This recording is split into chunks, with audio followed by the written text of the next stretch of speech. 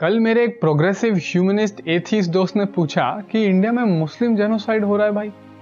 मैंने बोला कहाँ हो रहा है। उसने बोला कौशिक बासु के टैक्सी वाले ने रोहिणी सिंह के 5 साल के भतीजे के बर्थडे में बताया था। मैंने बोला इंडिया के 773 जिलों में मुस्लिम पॉपुलेशन बढ़ रही है, कौन सा जेनोसाइड भाई।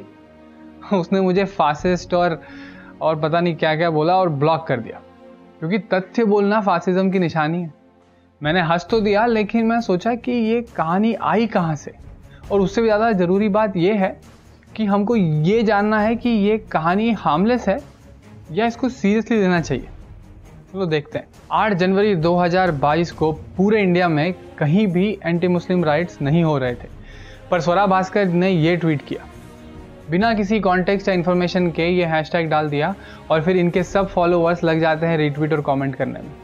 फिर 8 दिन बाद ही 16 जनवरी को still no anti Muslim rights anywhere in the country, पर self proclaimed genocide expert Gregory Stanton ने पहले ही वार्न कर दिया कि सीएए और आर्टिकल 370 हटाने के कारण इंडिया में मुस्लिम जेनोसाइड होने वाला है। 8 फरवरी 2022 still no anti Muslim rights anywhere in the country, पर न्यूयॉर्क टाइम्स यूएस में छाप रहा है कि इंडियन लीडर्स कुछ नहीं कर रहे हैं इवन दो मुस्लिम जेनोसाइड्स बढ़ रहा है इंडिया में। और यही समय था जब कश्मीर में हिंदुओं की हत्याएं शुरू हो गई। फिर आते हैं 14 अप्रैल 2022 तक, ध्यान रहे still no anti Muslim rights anywhere in the country. 13 April को विवेक अग्निहोत्री के एक ट्वीट के रिस्पॉन्स में ऑल्ट न्यूज़ भी इस नैरेटिव बिल्डिंग में कंट्रीब्यूट करने आ गया। विवेक अग्निहोत्री ने एक लेटर ट्वीट किया था जो पाकिस्तान की एक बैंड टेरर ग्रुप द्वारा पब्लिश था, और उसमें काफिरों को डेथ थ्रेट्स लिखी हुई थी। इस टाइम तक भारत में किशन भारवाड़ की गुजरात में, हर्षा की कर्नाटक में, रुपेश पांडे की झारखंड में और बीरभूम वायलेंस वेस्ट बंगाल में ऐसे कितनी ही हत्याएं हो चुकी थी उनके हिंदू होने के कारण। ऑल्ट न्यूज़ ने ये सब इग्नोर करके पूरे लेटर की स्पेलिंग मिस्टेक पर फैक्ट चेक किया। 12 मई still no anti Muslim rights anywhere in the country. इस दिन राणा अयूब वॉशिंगटन पोस्ट में एक ऑप-एड लिखती है इस हेडिंग के साथ, और इस आर्टिकल में राणा अयूब ये सारी हत्याओं को इग्नोर करती है और ग्रेगरी स्टैंटन को कोट करके कहती है कि एक्सपर्ट्स कह रहे हैं कि वायलेंस होगा।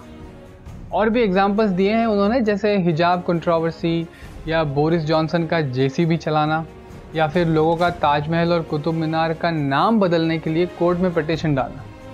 नॉट श्योर इन सब से जेनोसाइड कैसे कंक्लूड कर सकता है कोई।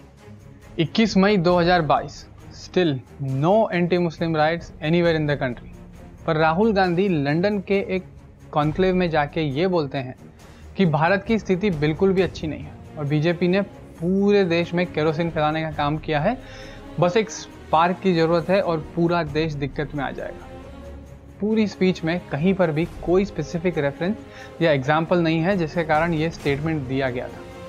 तो क्या इस स्टेटमेंट का एक इम्प्लाइड मीनिंग था? क्या वो लोगों को आइडिया दे रहे थे?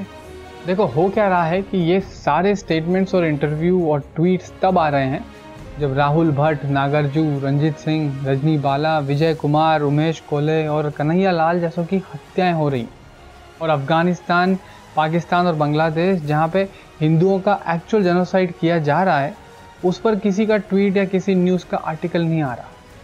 उनको टोटल इग्नोर कर रहे हैं। और ऐसे लोगों को बचाने के लिए जब सरकार सीएए ला रही है तो बोल रहे हैं कि सीएए आने से मुस्लिम जेनोसाइड होगा। तो ये तो जो हो रहा है वो बात हो गई, पर ऐसा क्यों हो रहा है वो समझना सबसे महत्वपूर्ण है।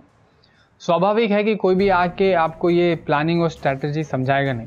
ये सारी चीज़ें देख के हमको खुद ही अंदाज़ा लगाना पड़ेगा कि ऐसा क्यों हो रहा है। मैं आपको हमारा तर्क या हमारा स्पेकुलेशन बताता हूँ।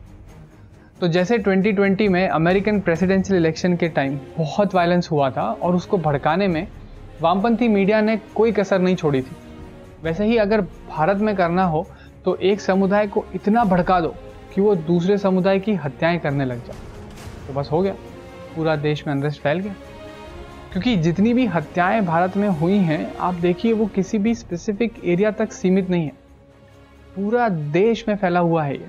और फिर से बोल रहा हूँ, ये तो हमारा स्पेकुलेशन है, मैंने आपको सारा डेटा और पैटर्न बताया, आप खुद अंदाज़ा लगाओ। ये बात तो साफ है कि एक सोची समझी प्लानिंग तो है कि भारत में आग लगाई जाए 2024 के पहले। तो हम तो बस ये उम्मीद कर सकते हैं कि भारत सरकार भी ये सब देख रही होगी और इस खून खराबे को रोकने के लिए कुछ कर रही होगी। हम में से कोई भी ये नहीं चाहता कि एक और प्रवीण या एक और उमेश या एक और कन्हैया जैसा कोई हो जिस पे कोई आँच आए। और हाँ, मेरी बताई हुई ये सारी इन्फॉर्मेशन और ये सारा मेरा स्पेकुलेशन, इसमें अगर आपको कुछ जोड़ना हो या आपको अपना खुद का कुछ तर्क देना हो तो कमेंट में अवश्य लिखें, ताकि बाकी लोग भी उस बिंदु को समझ पाए। आप सब सजग रहें, सतर्क रहें और सुरक्षित रहें। नमस्कार।